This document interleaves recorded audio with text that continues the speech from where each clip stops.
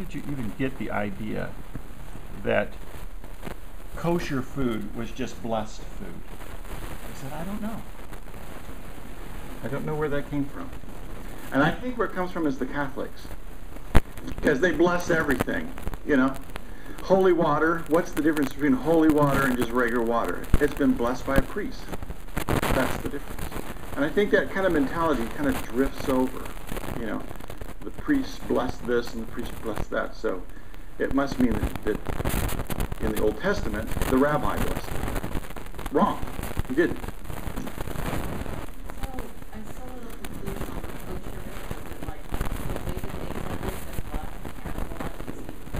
Well, that's one of the things. Yeah, that's one of the things. If you look through the book of Leviticus and you read through it, there's a whole list of things that are considered kosher or not kosher. For example, the blood one is the big one. That's probably the biggest thing. And where that mentality comes from is blood is considered connected to life. And God is the creator of life. And you don't want to start confusing the things of life and the creation of life with your control, with your ability to control them and what you eat. You want to separate them. So it's kind of a mentality too. You have ritual things that are ritually unclean, ritual sins. When a woman is on her period, she's considered ritually unclean. Those types of sins are not like killing somebody. They're a type of sin that time corrects. If you went and touched a dead body, that's considered ritually unclean now. And that takes time to correct. Now, if you think about it, those kinds of things also start connecting to hygiene, basic hygiene. Things that they would periodically wash themselves. The Essenes did this a lot. They would wash themselves when they were acting as scribes. And if they went to write the word Yahweh, which means God, they would go in and wash themselves.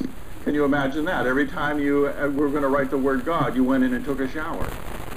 Say, wow, I'd be all dried up by the time I got through one chapter, But they did that to stay in their mind, too, clean. And there's a ritual cleanness to it. And it's kind of a mindset, too. I want to be clean in the presence of God.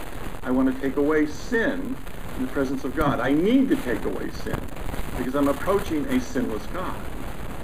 Now, there's other things in that whole list, too, like you're going to move into different types of foods. Like there's things that says, don't boil a calf in its own mother's milk. Don't eat food that is on the bottom of the ocean. There's like a scavenger. So that means what kind of meats couldn't you eat? Well, you couldn't eat lobster. You couldn't eat shrimp, crabs. And guess what? There was one of my Jewish friends says that their rabbi was caught in Red Lobster. And you know what this congregation said to him? You're out. No mercy, you're out. You violated fundamental laws, right? In Leviticus, the Torah itself. There's no question there. You were in there eating shrimp. You're out. He was out. Yeah. There's another one, yeah. How does that play? But it considers, these foods are just considered unclean. And when you move to that, you're saying, we can look at it and we can say, yeah, there are certain diseases associated with these animals. And Scripture just tells us this animal is considered unclean, don't eat it. And so it's automatically removed from the menu. Yes. Yes. There's many animals that are considered that way, that fall in that category. Fortunate for us, roast is not, cow is not considered an animal that's unclean. It's considered a clean animal, but it has to be prepared properly. And in this particular recipe, it's marinated several times. In fact, if you do this recipe exactly as it's listed, you will take you about 3 days to do it. I took a little over 2 to do it. Kind of took a little bit of a shortcut there. There are so many Jewish websites. There are so many Jewish websites. At first, it was a little bit of a problem because I never cooked Jewish. And then one day, well, a couple of things happened. One thing that happened was when I was working at a deli, one of my friends was Jewish. And he just had all kinds of stuff. And he came in to me one day and he goes, "Steve, I love what you're doing, presenting Jewish food and with the Bible to your class. Let me offer you a gift." And he had his grandmother's recipe book that she had written in from the old country. Now, when you read this recipe book, I think it's falling apart.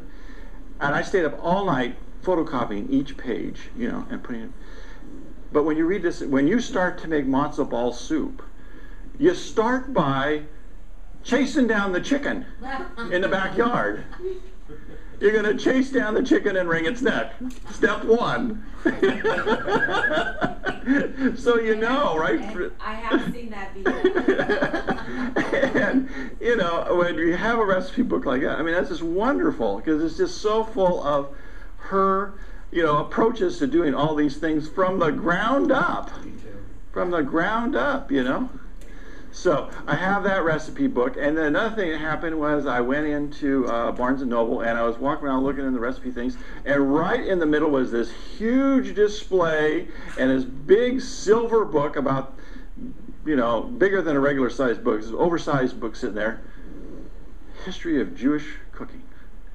It's right there, full of recipes, full of all kinds of great information about Jewish lifestyle and cooking. And so, hey, I could almost hear the hallelujahs when I walked up to it. It was right there. It was a blessing. So, but since then, it just seems like you become magnetized, and those books just kind of naturally find their way to you. And I've got a whole stack of them now. Plus, there's just all kinds of stuff on the internet. Well, I'll have a little story to share with you. Sure. I've been married to my husband 30 years now, but we used to live like 5 minutes, maybe 10 minutes away from one another. Uh-huh. And my mother-in-law, she passed away 4 years ago, may she rest in peace, but I was 19 and, went over to his house for dinner, and they lived on they had animals running around. They have kind of like a ranch. So she says, "You guys want kinds of chicken?" And we're like, "Oh yeah, sure, And then she told one of her kids, "Go pick one." I'm like, "What?" and then my father-in-law just strangled it, killed it, brought it into the kitchen. She's plucking the feathers away in the sink, and I'm like, "Oh my God." We go get ours packaged at the store. Yep.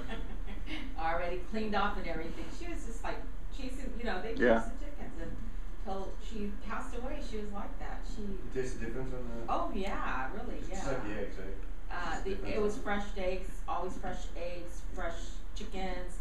I remember one time we went over. My father-in-law had goats, so he'd have the kids milk the goats, and then he had pigs, and that movie Babe came out, and the kids are feeding the pigs. Yeah. And Babe, that's my babe. One big one, really cute pets, whatever, And then about maybe a year later, I see those heads hanging in the porch, draining the blood. Yeah. And my mother-in-law was, "Come on in, have some carnitas," and I'm like, "Oh my gosh, you guys just killed the pigs." My heart hurt. I could not eat that meat. To me, they were pets. Yeah. And it was food. Yeah. So I could never. I know that that's how meat gets on into the market. Right. But to see it done, Yes. to see how the whole. It's a little more difficult. Oh my gosh, I'm just like, I'm not gonna eat that meat. My girls had no problem; they'd eat that meat, and I was the one with the problem. It's just really hard. We have a tendency, because I don't think most people, in the America that we're familiar with, too many of them have the farm environment. They have more the domestic you know, middle class environment where animals that are present are always pets. They're not for food. And the same thing happened. We had rabbits. We had 3 rabbits, and they were the smaller ones. So they were I can't remember what they're called, but they're smaller rabbits. And of course, they all got names, Thumper and all that, you know. And so they were in the backyard, and everybody's playing with them and everything. And then my aunt and uncle from Oklahoma came to visit us. And my dad decided to make him an Oklahoma-style dinner, and all of a sudden one of the rabbits disappeared. And when my sister got home, she went, "Where's my rabbit? You know, where's Thumper?" And well, Thumper was cleaned in the frying pan. And well, no matter how much explanation came from anybody, it didn't matter. You know, you killed Thumper. You know, so yeah, I completely understand. But anyways, okay, so what we have today is a twice marinated roast beef, Jewish roast beef, and I started with about a 4.5 pound rump roast, and it was marinated. And all of these are really quite simple spices. That the whole thing is just time consuming. The whole thing is just really time consuming. It was marinated with a half a cup of wine vinegar and a half a cup of olive oil, tablespoon of parsley, dried parsley, and oregano, and then it was just put in that and set overnight. And I turned it a couple of times to keep it moist on all the sides. And then after it had sit for about 8 hours, I took it out, and it was put into a large pot with a cup of dry white wine, and then it was just at a simmer, at a low, and that sat for about 4 hours cooking that way, 3 or 4 hours cooking that way, and it's just a slow cooking. They do a lot of that kind of, they call it, you know, they'll just say boil it or poach it in a big pan, but you're just basically just boiling the thing in a big pan, you know. And so after the boiling was done, then I took it out and sliced it. Now it's supposed to cool. It's supposed to cool for about 6 hours. This one cooled for probably around 2 hours. Then it's put into a baking dish, a 9x12 baking dish. And the second marinade is made, and it's made in a very similar fashion with the wine vinegar and olive oil, and with the same spices, oregano and parsley. And you lay it all out in the pan, and you're going to use about 6 to 8 cloves of garlic, and you're going to do that with the first one too. But this time, when you lay it all out, you're going to take a large onion. Now they recommended 2 onions. If you put 2 onions in there, and American onions are big. If you get a big American onion, I mean, you got a thing that's bigger than a softball, and that's huge. It seems to me these things are getting bigger each year, because it seems to me when I was a kid they were much smaller. It's more like a tennis ball. You know, these things are huge.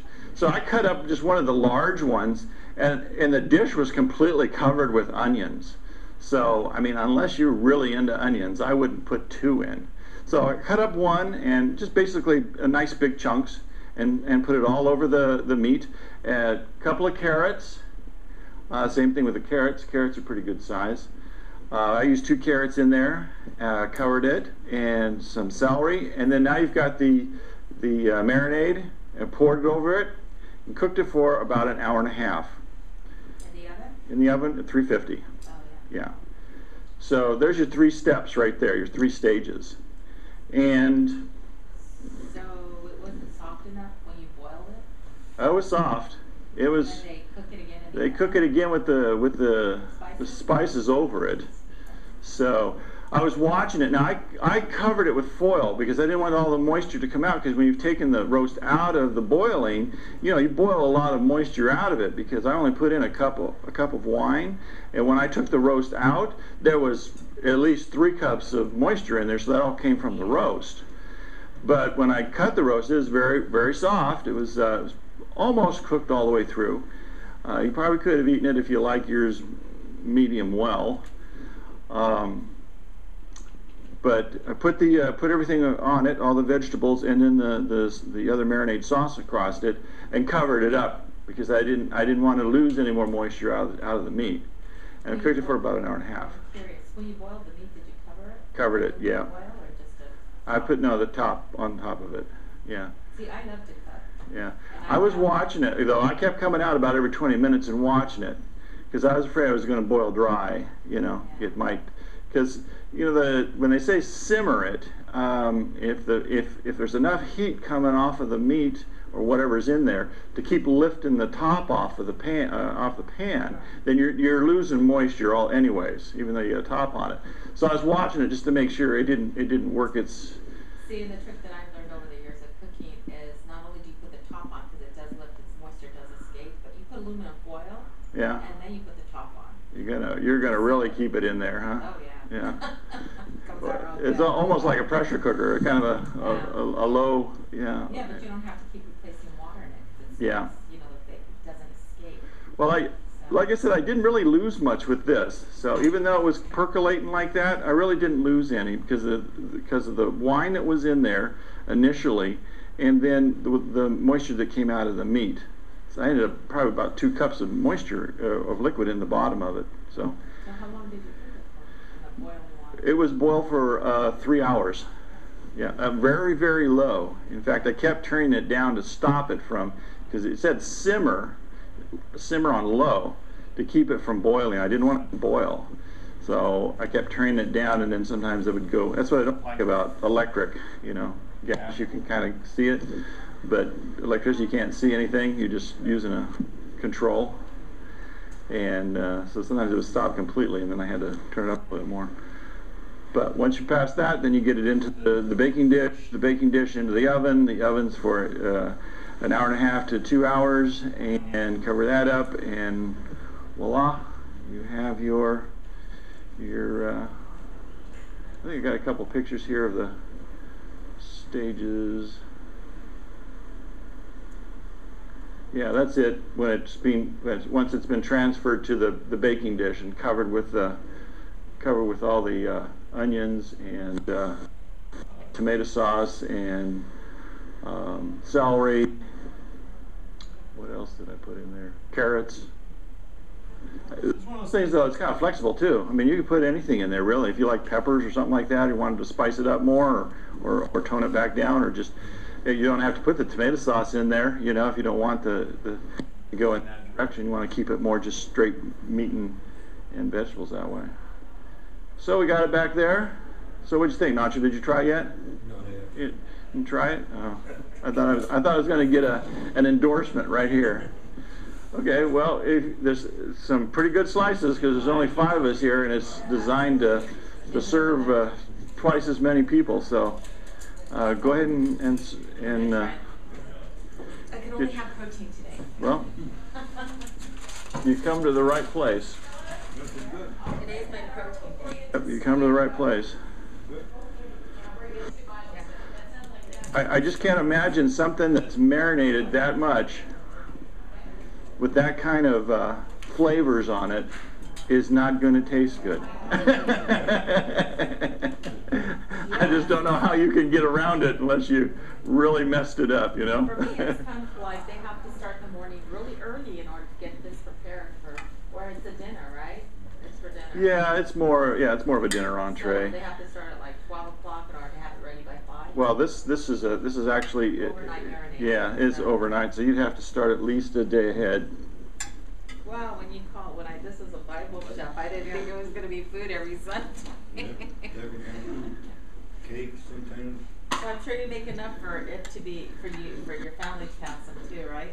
Well, you know, on occasions, people have brought the dish up to me and go, "This is so good. Can I please take it home to my family?" What can I say? Sure, go ahead. You don't make extra at home? No, You don't? no, no. Every time I bring something into work, I always make extra. Because if not, I hear complaints. Yeah. Wow. This kind of looks like ground meat because it looks so soft. Yeah. Wow, these are big pieces here. Yeah, that's another thing you could regulate too. They say big chunks, but you know, if you don't like the big chunks. Wow. This is good. So where do you It get reminds recipes me. from? It reminds me of like a Sabbath meal, because see, this could be in the oven, and just as the Sabbath is coming around, you just turn the oven off, and then all you have to do is serve it. All you have to do is come and get something to eat. You wouldn't have to do any cooking, any prep or anything like that. It's all right there. Wow, this looks really good. I didn't think I was going to be eating. Oh, yeah, it's really soft. Wow. Yeah. Thanks, Joe. Did I answer your questions? Satisfactorily or not? This is really good. Oh, yeah. And then poor gal over at Vaughn's, because the recipe calls for a slightly dry white wine. And I said, you know, personally, I don't know exactly what a slightly dry white wine is. I mean, it's either dry or it's not, you know.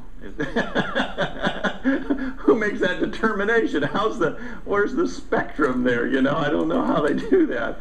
So she's running all over the whole store there trying to find someone who could, you know, have some perspective on it. And she even ended up going upstairs and calling her husband, who was at home.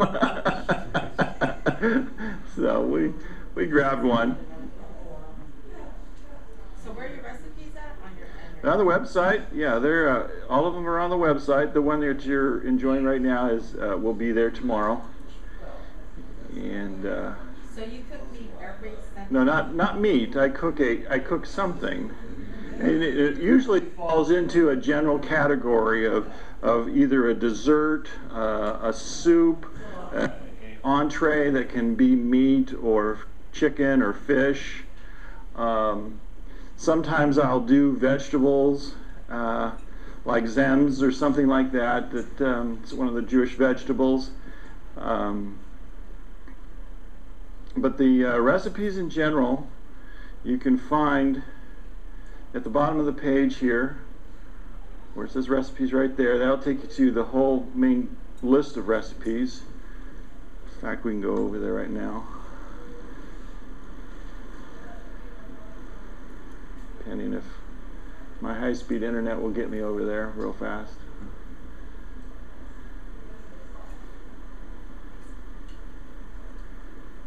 I get used to my internet at home just, you know, snapping me right over to the page, and then come here and it's a little bit slower. There we go. So got the major categories. You got the soups and stews, you got the entrees, salads and vegetables, and the desserts. And then this shows everything that's ever been cooked by me for the class, and even before that. But if you go back to the home page,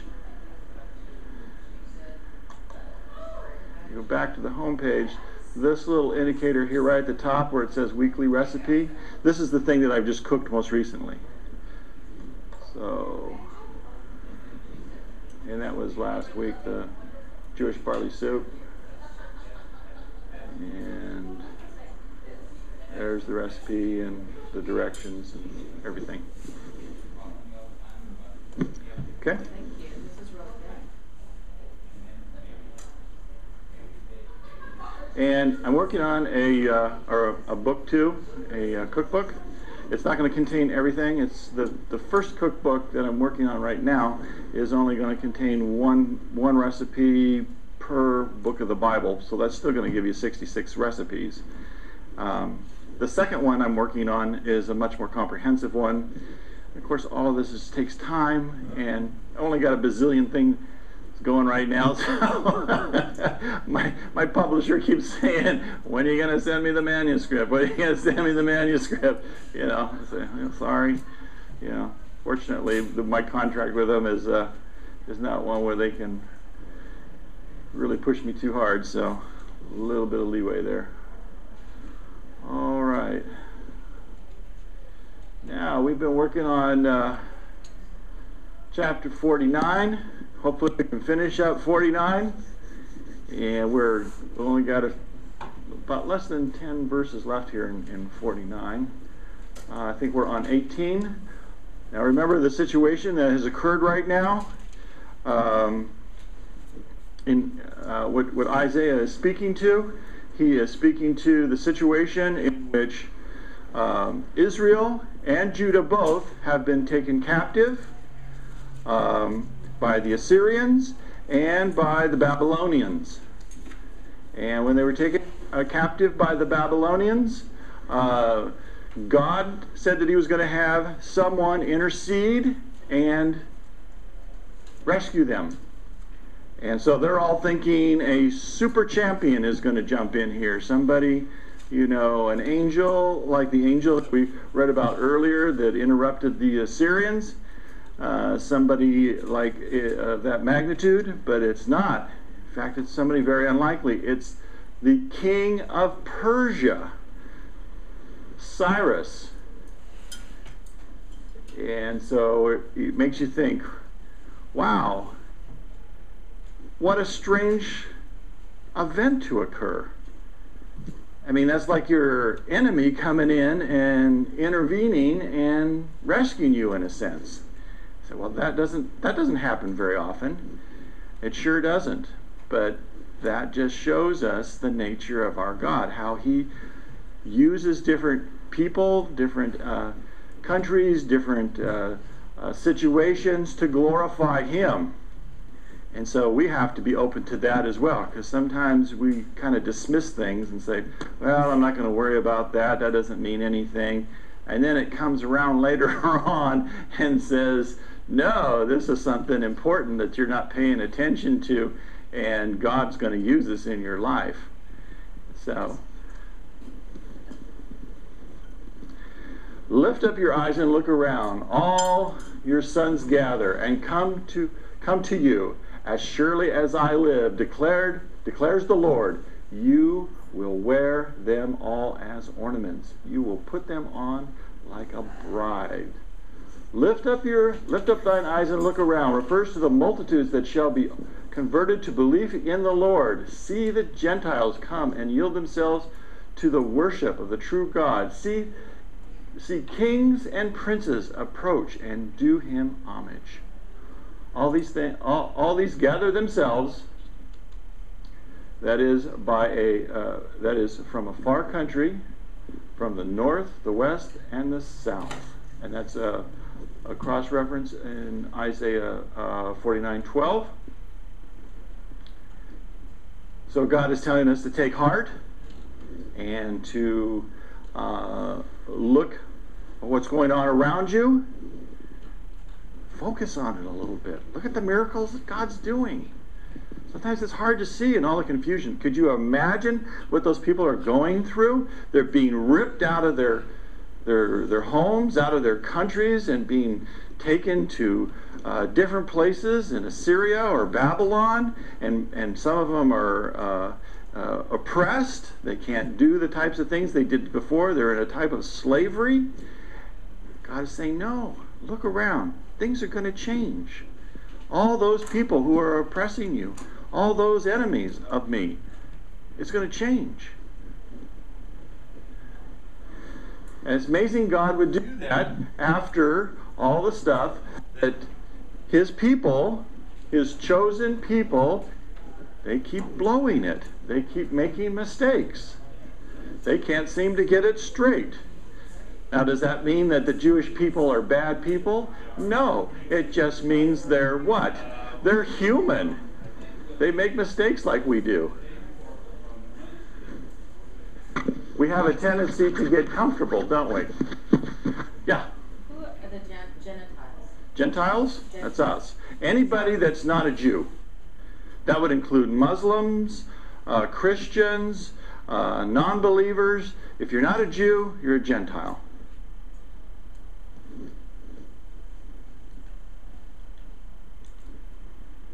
Though you were ruined and made desolate, and your land laid waste, now you will be made too small for your people. And those who devoured you will be far away. You know how, and that is a good question, because sometimes you constantly hear the remarks being called infidels. Everybody's always throwing, they got their own slang terms for everybody else. And so sometimes it's kind of hard to keep straight who's talking about who. But that's usually infidels. I mean, it's kind of a general term, but it's usually one that you hear the Muslims say. That's pretty much anybody who's not a Muslim. They throw that one out at. And even sometimes they even throw it at other Muslims. So different Muslim groups might throw it out at the other ones, so it gives them reason so they can go attack them. The land destroyed, which previously housed the population, would be inadequate for the residents, who would multiply significantly as a blessing from God. And we'll hear about more of this in 54:1 and 2. In fact, we've got a whole group of blessing style scriptures coming up where God reinforces that you are my people, that I will be blessing you. You will be seeing these things as we go along. God's bride, who had been a widow and thus barren, would be fruitful now that God had restored her to himself. What does that mean, restore them to himself? Well, they've gone off to other gods. That's the reason they fell in the first place. If they'd stopped chasing false gods, if they stopped looking at things that they weren't supposed to be looking at, stop worshiping, believing, building, following, even marrying, those things that they shouldn't be, they wouldn't have these problems in the first place. But God says, I still love you, I will take you back. He constantly makes reference to his bride. He's showing a relationship of love, of devotion, of commitment. Can you interpret B, God's bride who had been the widow thus barren? Can you go through that whole? The which one? The B. That's kind of difficult for me to understand. I know you. God's bride who had been a little bit saying that, who had been a widow and thus barren. What's who had been a widow thus barren? What does that mean? Well, who would the widow would be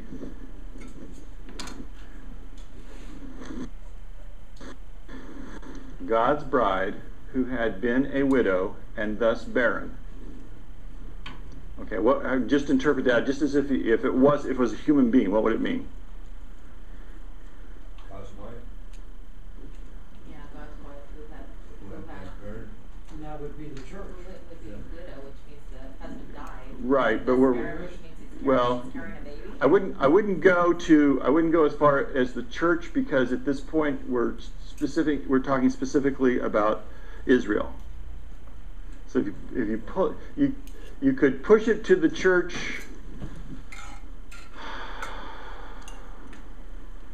I'm always afraid of overextending those.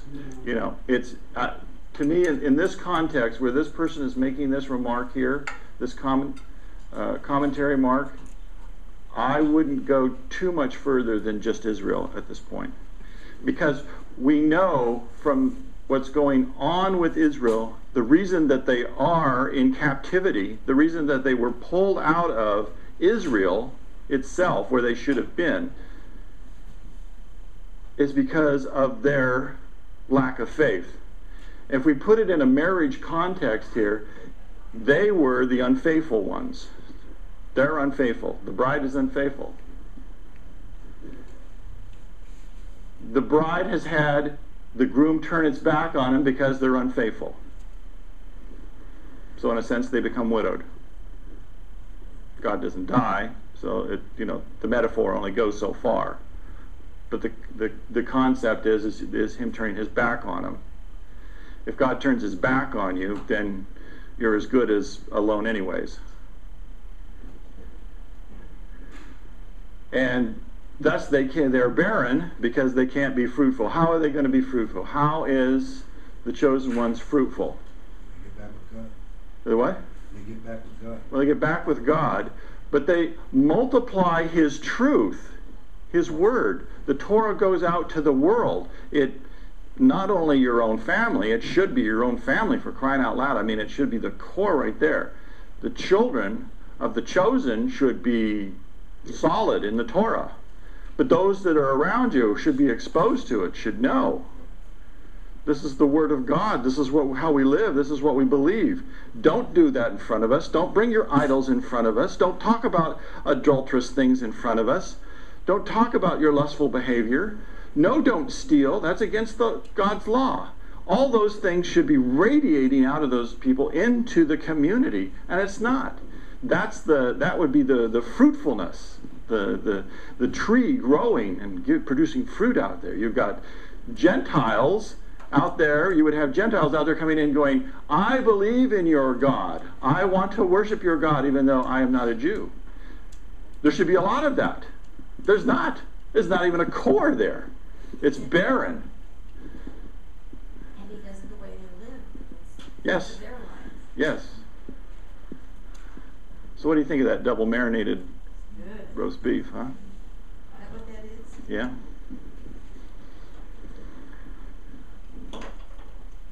Perfect for any Sabbath day, huh? The perfect meal. Okay, a lot of good cross references in here too. If you have a chance, when you have a chance, if you could ever pick up some of these, take a look at some of these other cross references. You talk about Jeremiah, who was around during that time. Look into 1 Kings. There's also a good reference. Daniel, Ezekiel. These cross references like this give you more details about what's going on.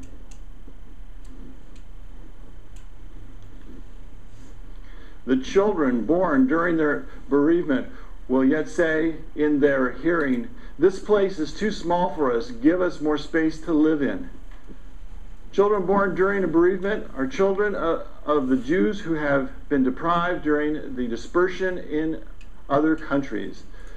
There is insufficient space for all the Jews to live, and so they beg for more space. I mean, they're doing that physically. Of course they would do that physically. But there's kind of a spiritual metaphor there as well. Well, we're at 11:30.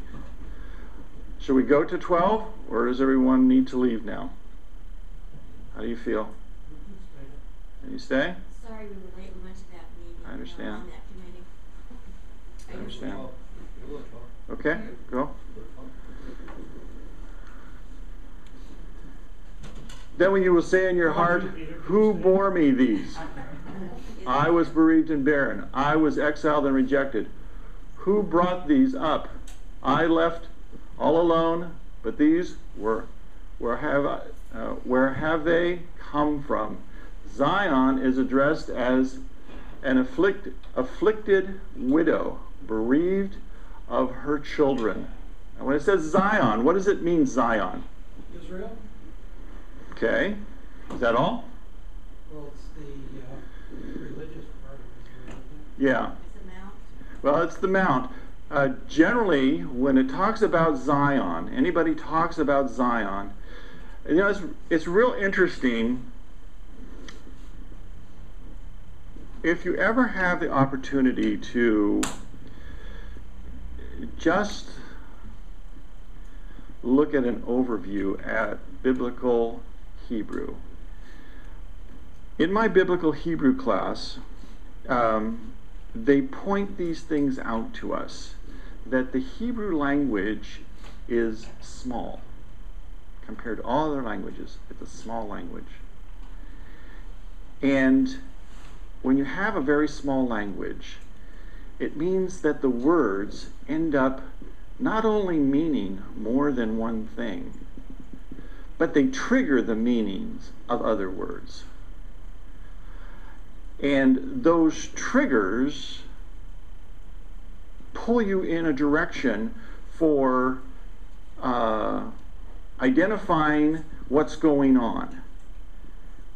We don't really do that in English too much. We have a tendency to just stick another word in there, and we'll just keep putting words in there until we get a sentence that, you know, expresses our what we want to convey.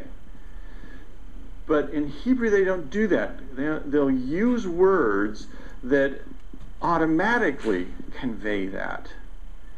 And for example, the word Adam. I mean, when I say the word Adam, that's a Hebrew word. Do you know what the word Adam means? Everyone just says, well, that's his name. Well, it also means man in Hebrew. And it also means mankind in Hebrew. So right there, see there's a core going on there. What's another word? The word in Hebrew that means crafty. In the Garden of Eden, the snake was crafty. But the word crafty in Hebrew is also the same word that means naked. Oh, see how all of a sudden things now is kind of moved. There's some movement there, that one word. How that word is placed, how that word is used, it automatically connects to something else. And that's what this is doing here too. Zion. Zion can mean the Hebrew people. It can mean the city of Jerusalem. It can also mean Israel itself. So what happens if this is a talking about the whole thing? Pow! Man, that covers a lot of area. Not only were your people bad, but your institutions were bad, and your government was bad, and your whole situation was bad. Zion is addressed as an afflicted widow, bereaved of her children. Numbers flock to her, and she is assured that they come to be comforted to her. There are times when the church is desolate and few in number, yet in desolation shall not last forever, and God will repair them. God will rise up friends for returning the Israelites, even among the Gentiles. They shall bring their children and make them thy children. It's interesting he used thy. The rejection of God, the anger of God, by using this example, whenever he uses the example of the marriage relationship, whenever he discusses them as what my bride has done, you know that it has cut deep and it is wide.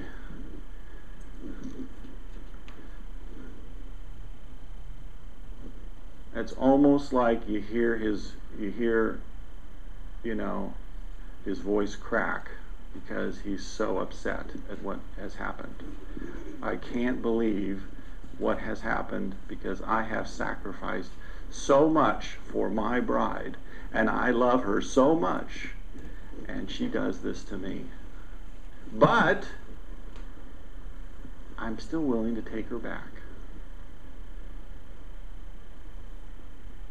I bring this kind of stuff up when I do marriage counseling. I was going to say something. Because you can kind of hear it, can't you? You can kind of hear it. It's like, oh my gosh, you got Yeah.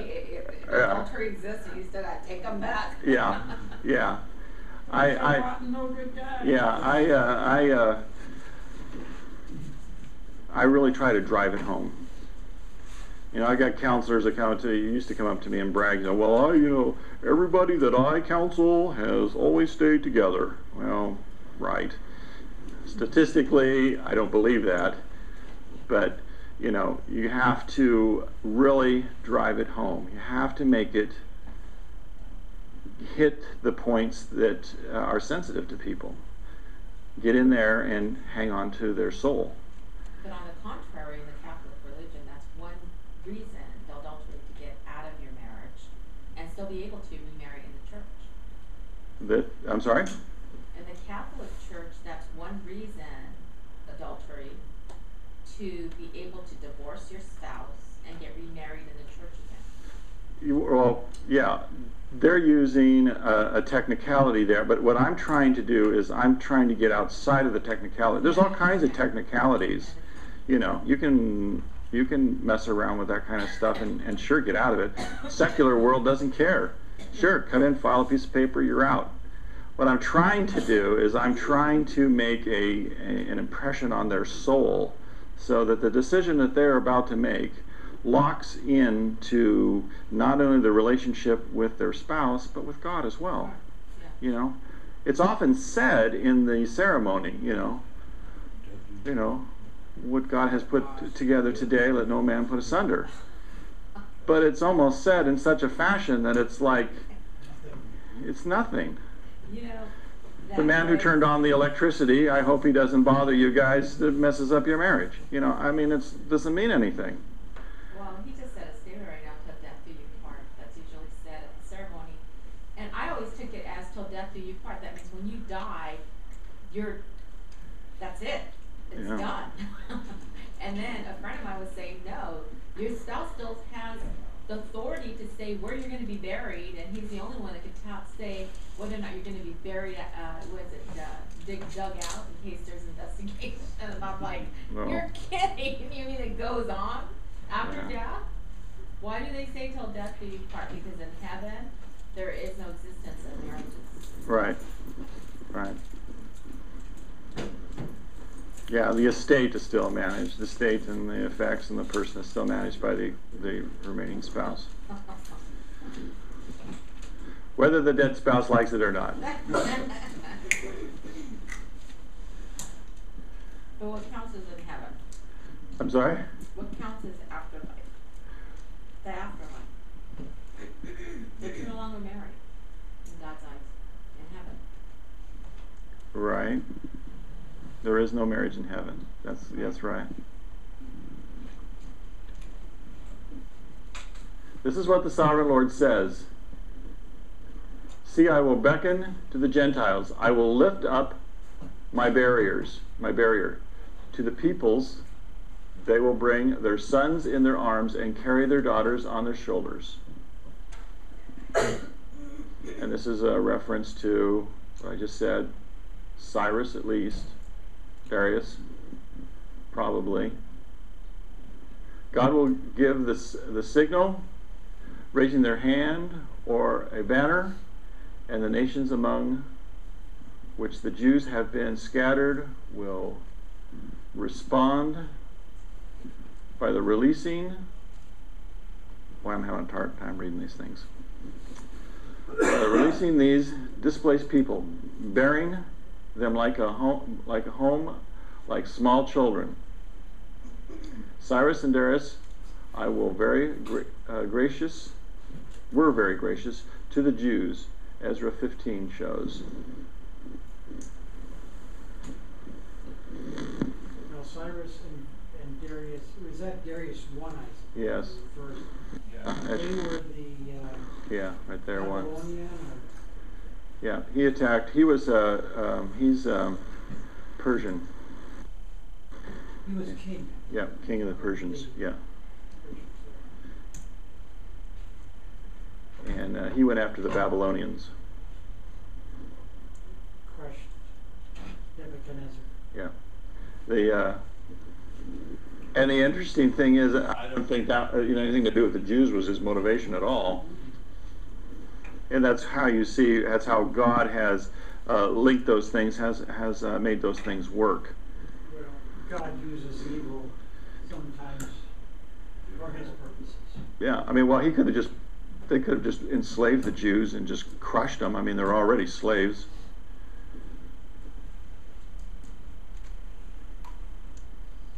And then we get into the discussion, is how could a loving God condone evilness? Well, but how, on the flip side of that, would you say, oh, well, he should just be, no matter what they do, protect them? I was told it's like having a child. Let's say you have a big backyard back there, you got swings and the river and trees. And you're letting the child go out there to explore and possibly get hurt. as opposed to always, look what I have out there, but you can't go out there, and this is where you gotta stay inside. So allowing the society to adjust and tune their feelings, I guess, free will. But if it's always hovering over you, you won't learn. Yeah, and see, it could even get worse than that, because as human beings, we even think bad thoughts. So, you know, you talk about, you can talk about really bad situations. You go out there and say, yeah, one of my sons went out on the swing set and he climbed up on it upside down and tried to do a flip, and he fell and he broke his neck. Why wouldn't a loving God go out there and send an angel to protect him and not let this happen? And then you can say, okay, well, that's a serious thing, and yeah, God should do that. So boom, God says, okay, I'm going to do that. And then you back it up another step, and you say, okay, well, he went out there, and one of the other sons was on the swing, and he pushed the son, and the son fell down, and he bloodied his nose. Why didn't God say, okay, well, then we'll do another step. He won't be able to do that. And you keep doing another step, and another step, and another step, and pretty soon, one son just has a bad thought about doing something out on the swing set, and pretty soon God says, okay, well, I'll take care of that too. Now, he can't think even bad thoughts. He can't even think anymore without God controlling his mind. Well, where are we then? You're not even a human being anymore. You're a robot. Isn't there a verse that said, whom God loves, he chastens? Mm-hmm. He's a God of justice too. Yes. It'd be chaos. Now, if it wasn't justice, he wouldn't be sovereign, because he'd just run amok. Yeah. So he says, you've got a brain, I gave you a brain. You know the rules, I've given you the rules. Now, go forth and know your Creator, and hopefully knowing your Creator, who created everything for you, who gave you these rules for your own benefit, you will reciprocate by doing what? Showing him love. That should be the relationship. And people keep dropping that. They keep getting these problems like we're seeing right here in our own lives. And this is where we keep separating ourselves from God. Yeah, people always try to throw that sin, you know, why doesn't God interfere with sin? You know, why does he they always throw that sin bomb at you. But what's hard is in the Old Testament to understand is where God has whole cities destroyed. Yes. So, you know, that is one thing. And see, that's the end of the story. That's the end of the story. You got to jump in there and say, okay, let's read the rest of this. I believe you that it's bad that he destroyed that whole city. Yes, it was bad, but let's read the rest of the story. Back up here 3 generations, and he's been sending prophets, and he's been warning them over and stop this, stop this, stop this. It's like one of your kids. How many times have I told you to stay away from that electrical outlet? And finally, I told you 3 times, whack, on the bottom of the behind. Now go to your room. The same thing that God has to do. Child cruelty. Yeah. So watch that, Gene. No private child cruelty.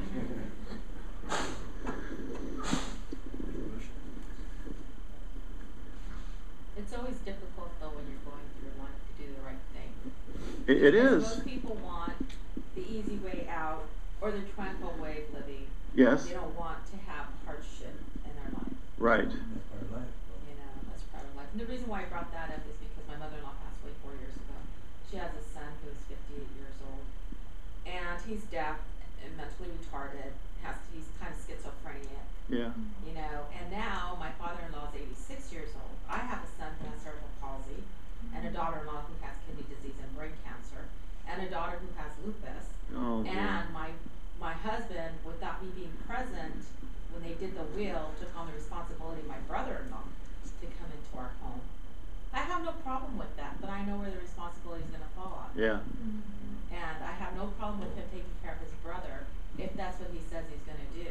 Yeah. But I know exactly where the responsibility is going to fall on. Yes. It's going to fall on me. Yes. And it's really difficult for me to have to deal with everything else that I'm dealing with and then put one more thing on my plate. Yes. Because I want to live a tranquil, Sure. peaceful, not, a responsible life. I want to be able to enjoy life, not have to be dishing out medication, setting up appointments for doctors. And finally, I decided in my life, I'm going to do something that's going to make me happy, and that's why I'm here. Well, good. Amen. Because I'm starting to find stuff that will make me happy. One thing is I like to, spend time with God. Yeah, sure. God has gotten me through a lot in my life. Yeah. And they always say God won't give you more than what you can handle. And reiterating what you had said, leaning towards God, what God would want for me to love my brother-in-law the same way, that he would love him. And I mean, he has other siblings. But he doesn't want you to destroy yourself either doing it. Well, see, that's I feel like, okay, how much more? I can't do this anymore. But now my heart's changing a little bit. You need to It's be nourished. changing. My heart's starting to change because I said, okay, Lord, if you want me to do this, then change my heart. Because right now, I feel like I am going to. That's it. I can't do it. I'm up to here. I can't handle it anymore. And these things you need to bring to your brothers and sisters in the church so we can pray for you, and so we can also make suggestions on resources, and be involved with anything that you need to we can just be there for you. That's all part of what God wants, and that might be one of the reasons you said that you wanted to come here, because we want to do that with you. It's like, I want to live a peaceful life. I mean, Sure. since my son was born with cerebral palsy, carrying him on my hip till he was 3 years old. Yeah. And then God as though showed me my son isn't too bad off. He married my daughter-in-law who Yeah. has kidney disease, and so she's hooked up to a machine every night. My son, who has cerebral palsy, is now taking care of her. And, I'm there just to kind of like make sure everything's okay, but he basically took the lead. It's his wife. And he's realizing he's not as handicapped as his wife, And so there's a different picture there now, Sure. Where I thank God that my son at least had cerebral palsy and wasn't having to be hooked up to a machine Yeah. to have to survive, Yeah. And so I see like God has always showed me different pictures in my life. So I had mentioned to my husband, why doesn't one of your other siblings take your brother? You Yeah. don't think I have enough? Yeah. And he's all like, well, because they won't take care of us as good as we would. Yeah. I'm like, oh, We- okay. Yeah. We pale face. Yeah. And you can't do it on your own strength either. Why don't I haven't Lord. been able, exactly, I haven't been able to do anything that I've done in my own strength. It's been always God that has given me the strength to do everything, And there are a couple of other elements in here too. There is a temporal element that's hard for us to understand, and the of God's intervention in things. It's I need your help now, God, on this, and sometimes we don't get the kind of help that we think we should have, or it doesn't come in the fashion that we think it should come in, and those are difficult to understand. I think also that there is a type of perspective we need on that, and we don't always have that perspective.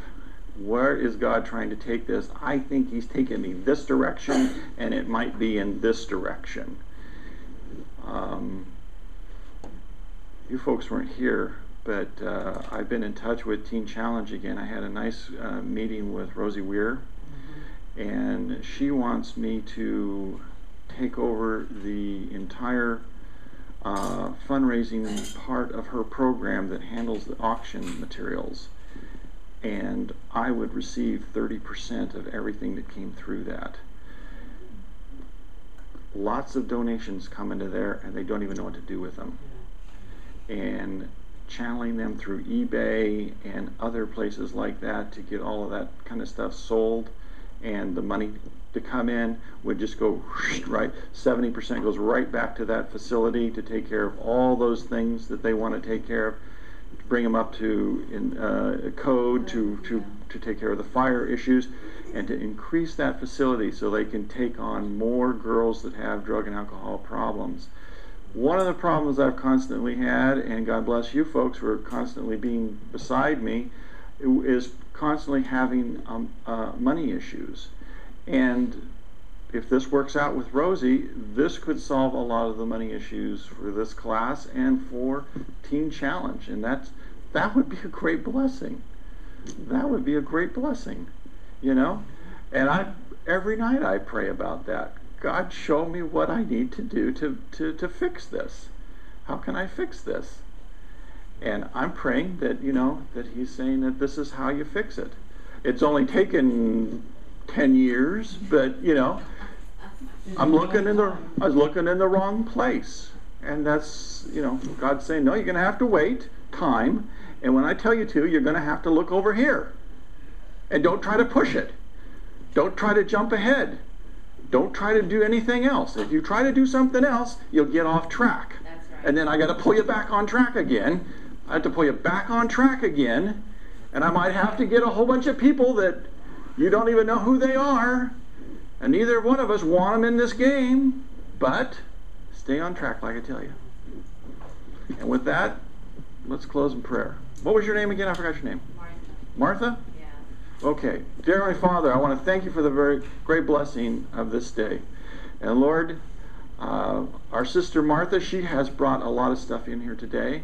And I know the reason why she has brought it here, because we need to pray about it for her. This is a great burden for her, Lord. But I know that she is the person that you have chosen to handle this burden, to glorify you in it, Lord. Sometimes it's very difficult, Lord. As I've gone through this ministry, it's so difficult to understand exactly which direction you're trying to pull us in. And sometimes many things happen to us.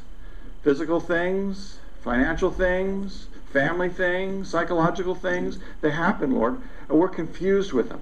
But you tell us one thing in particular, Lord, one important thing.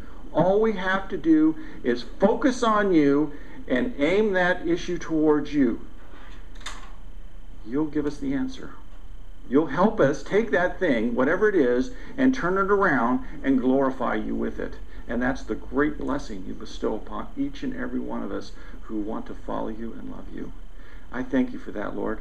I thank you for being a God that has so much love like that, that so much blessings you want to bestow upon us, that you'd even send your Son to die for our sins.